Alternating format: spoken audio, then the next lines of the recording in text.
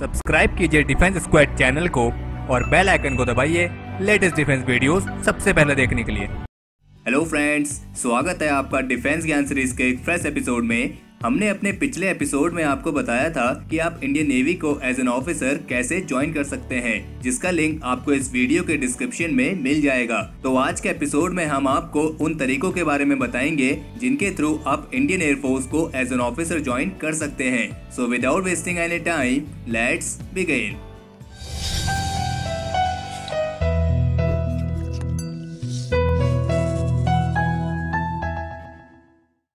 तो सबसे पहले बात करते हैं 10+2 एंट्री की।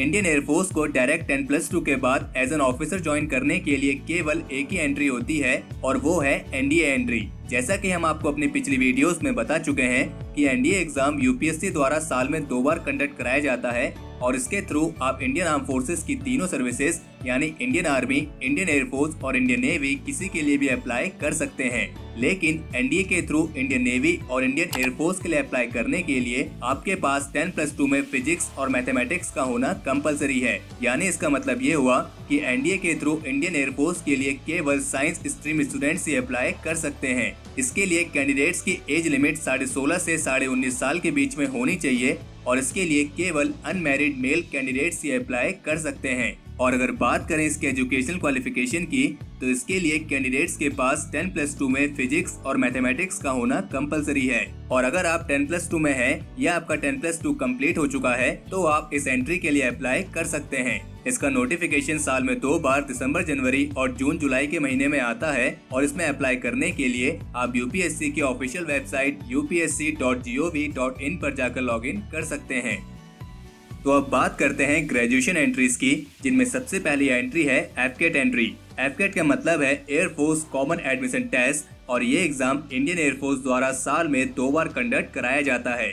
इस एग्जाम के थ्रू आप इंडियन एयरफोर्स की अलग अलग ब्रांचेस जैसे कि flying branch, technical branch, ground duty branch और भी कई ब्रांचेस को ज्वाइन कर सकते हैं। तो चलिए बात करते हैं इसके एलिजिबिलिटी क्राइटेरिया की। तो अगर आप एफकेट के थ्रू इंडियन एयरफोर्स की फ्लाइंग ब्रांच के लिए अप्लाई करना चाहते हैं तो इसके लिए आपकी एज लिमिट 20 से 24 साल के बीच में होनी चाहिए। और अगर आप इसके अलावा किसी अन्य ब्रांच यानी ग्राउंड ड्यूटी ब्रांचेस के लिए अप्लाई करना चाहते हैं तो इसके लिए आपकी एज लिमिट 20 से 26 साल के बीच में होनी चाहिए। और अगर बात करें इसके एजुकेशनल क्वालिफिकेशन की, तो एफकेट के थ्रू इंडियन एयरफोर्स की फ्लाइंग ब्रांच के लिए केवल इंजीनियरिंग स्ट्रीम के स्टूडेंट्स ही अप्लाई कर सकते हैं।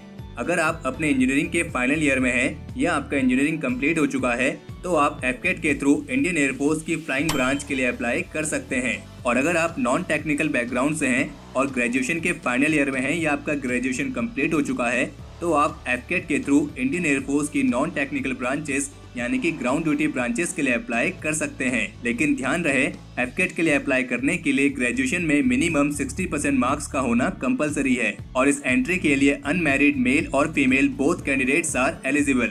इसका नोटिफिकेशन साल में 2 बार दिसंबर और जून के महीने में आता है और इसमें अप्लाई करने के लिए आप इंडियन एयरफोर्स के ऑफिशियल वेबसाइट careerairforce.nic.in पर जाकर लॉगिन कर सकते हैं। तो चलिए बात करते हैं अगली एंट्री की, जो है सीडीएस एंट्री। सीडीएस एग्जाम भी एनडीए एग्जाम की तरह ही यूपीएससी द्वारा साल में 2 बार कंडक्ट कराया जाता है और इसके थ्रू एयरफोर्स के लिए अप्लाई करने के लिए आपकी एज लिमिट 20 से 24 साल के बीच में होनी चाहिए। और अगर बात करें इसके एजुकेशनल क्वालिफिकेशन की, तो सीडीएस के थ्रू एयरफोर्स के लिए अप्लाई करने के लिए ग्रेजुएशन डिग्री के साथ साथ 10+2 में फिजिक्स और मैथमेटिक्स का होना कंपलसरी है। इस एंट्री के लिए भी अनमैरिड मेल और female both candidates are eligible. इसका नोटिफिकेशन साल में 2 बार जून, जुलाई और नवंबर, दिसंबर के महीने में आता है और इसमें अप्लाई करने के लिए आप यूपीएससी की ऑफिशियल वेबसाइट upsc.gov.in पर जाकर लॉगिन कर सकते हैं। अगली एंट्री है एनसीसी स्पेशल एंट्री। ये एक डायरेक्ट एंट्री है जिसके थ्रू केवल एनसीसी कैडेट्स ही अप्लाई कर सकते हैं। इसके थ्रू अप्लाई करने के लिए कैंडिडेट्स की एज लिमिट 20 से 24 साल के बीच में होनी चाहिए। अगर बात करें इसके एजुकेशन क्वालिफिकेशन की, तो इसके लिए कैंडिडेट्स के पास एनसीसी एयर विंग का सीनियर डिवीजन का सी सर्टिफिकेट होने के साथ साथ 10+2 में फिजिक्स और मैथमेटिक्स के साथ ग्रेजुएशन में मिनिमम 60% मार्क्स का होना कंपलसरी है। इसका नोटिफिकेशन साल में 2 बार दिसंबर और मई, जून के महीने में आता है और इसके लिए भी अनमैरिड मेल और female both candidates are eligible. अगली है मेट्रोलॉजिकल डिपार्टमेंट एंट्री। ये भी एक डायरेक्ट एंट्री है, लेकिन इसके लिए केवल पोस्ट ग्रेजुएट से अप्लाई कर सकते हैं। इसके लिए अप्लाई करने के लिए कैंडिडेट्स की एज लिमिट 20 से 26 साल के बीच में होनी चाहिए। और अगर बात करें इसके एजुकेशनल क्वालिफिकेशन की, तो इसके लिए केवल वही कैंडिडेट्स अप्लाई कर सकते हैं जिन्होंने साइंस स्ट्रीम के किसी भी सब्जेक्ट से मिनिमम 50% मार्क्स के साथ पोस्ट ग्रेजुएशन करी है।